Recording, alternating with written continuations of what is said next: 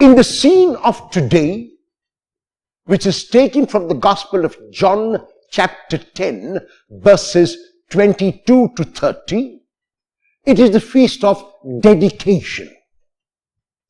The Maccabees were a group of brothers who reconsecrated the temple to God, and that feast was celebrated every year and titled the Feast of the Dedication or the Rededication of the temple to God, after those who had profaned the temple had been pushed out and pushed away. It is during this feast, when Jesus is in Jerusalem, that he is asked a very important question. And the question is, if you are the Christ, tell us plainly. And Jesus answered, not only have I told you plainly, but I have explained it to you in so many other ways.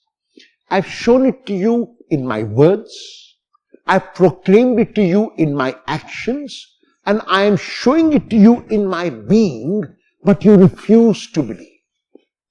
This word Christ comes from the Hebrew Messiah, which comes from the Greek Christos, and which means the anointed one. Jesus was aware that he was the anointed one of God, that he was indeed the Christ, and wanted to reveal himself as Christ to anyone who would be willing to hear and listen to him. But the people of his time had a different image of Christ. Their Christ was a Christ who would come on a horse.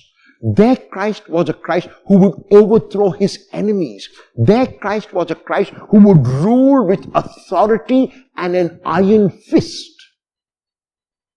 But the Christ whom Jesus was in contrast with the Christ whom the people wanted.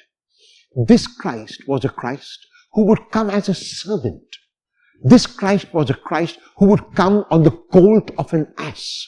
This Christ was a Christ who would not overthrow his enemies, but would win them through love. This Christ was a Christ who said that God loves everyone, including the sinner, and God wants to draw the sinner to himself.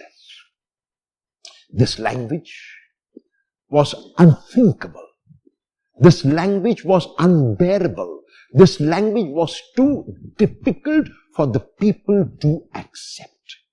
And because they had already their image of this Christ, they could not see that when the real Christ came, he was indeed the Christ.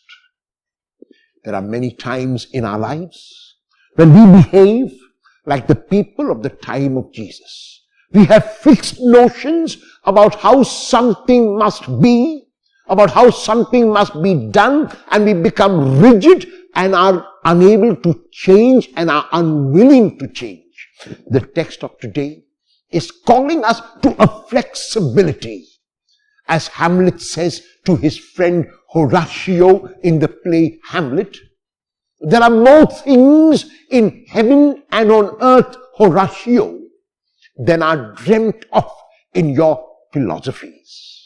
If we realize that there are many things that we will not really comprehend fully or understand as we want to, but if we remain open and flexible with our minds and our hearts, then we can understand them, if not today, in the future. The Lord is inviting us to see him as a God who loves.